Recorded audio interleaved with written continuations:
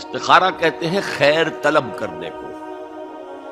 یہ باب استفعال سے جب کوئی آتا ہے، استنصار مدد حاصل کرنا، مدد لینا. استخارہ خیر طلب کرنا، خیر حاصل کرنا. اور اس کی ایک دعا جو ہے وہ ایسی ہے کہ جو حضور نے، صحابہ کہتے ہیں، ہمیں ایسے سکھائی جیسے قرآن، یعنی اتنے اہتمام کے ساتھ وہ دعا سکھائی. وہ دعا پڑھتے رہنا یہ ایک مستقل گویا کہ انسان کا استخارہ ہونا چاہیے. اس کے معمولات میں کوئی بھی مسئلہ درپیش ہے تو آدمی دعا کرے، اللہم انی استخیرک بعلمک واستقدرک بقدرتک. اے اللہ، میں تیرے علم سے خیر مانگتا ہوں اور تیری جو قدرت ہے اسی سے قدرت چاہتا ہوں کہ مجھے بھی کچھ طاقت حاصل ہو جائے. اللہم انی استخیرک بعلمک واستقدرک بقدرتک واسألک من فضلک العظیم، اور مانگتا ہوں تجھ سے تیرا بہت بڑا فضل. اللہم ان کنت تعلم ان ھذا الامر خیر لی فی دینی ومعاشی وعاقبۃ امری.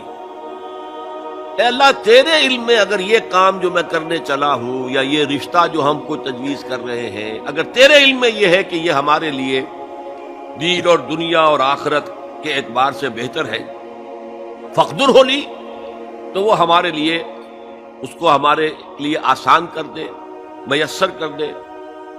میسر ہو لی، اسے ہمارے لیے آسان کر دے.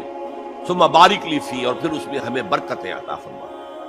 وَإِن كُنتَ تَعْلَمُ أَنَّ هَذَا الْأَمْرَ شَرٌّ لِّي فِي دِينِي وَمَعَاشِي وَعَاقِبَةِ أَمْرِي، اور اگر تیرے علم میں یہ ہے کہ یہ کام ہمارے لیے شر ہے، برائی ہے، دین میں بھی، دنیا میں بھی، اور عاقبت کے اعتبار سے بھی، فَاصْرِفْهُ عَنَّا یا عَنِّي، تو پھر اس کام کو مجھ سے دور کر دے. وَاصْرِفْنِي عَنْهُ، اور مجھے اس سے دور کر دے، اسے مجھ سے دور کر دے. وَاقْدُرْ لِي الْخَيْرَ حَيْثُ كَانَ ثُمَّ أَرْضِنِي بِهِ، اور اللہ خیر جہاں بھی ہو تیرے علم میں وہ ہمارے مقدر میں کر دے، اور پھر ہمیں اس کے اوپر راضی بھی کر دے.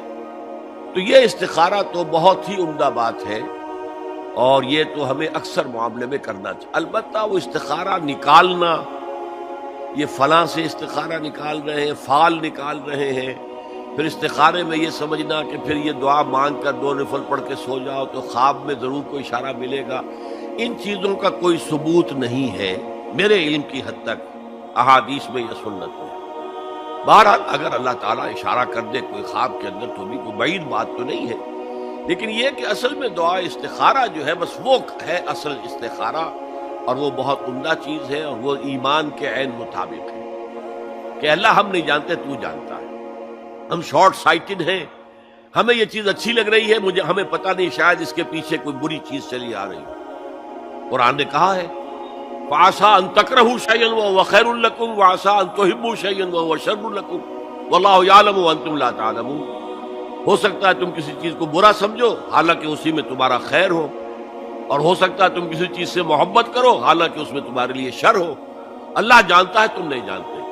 تو اسی کو کہتے ہیں تفویض الامر الی اللہ. اپنا معاملہ اللہ کے حوالے کر دو. اللہ تو اگر اسے ہمارے لیے خیر سمجھتا ہے تو آسان کر دے، اگر شر سمجھتا ہے تو ہم سے دور کر دے.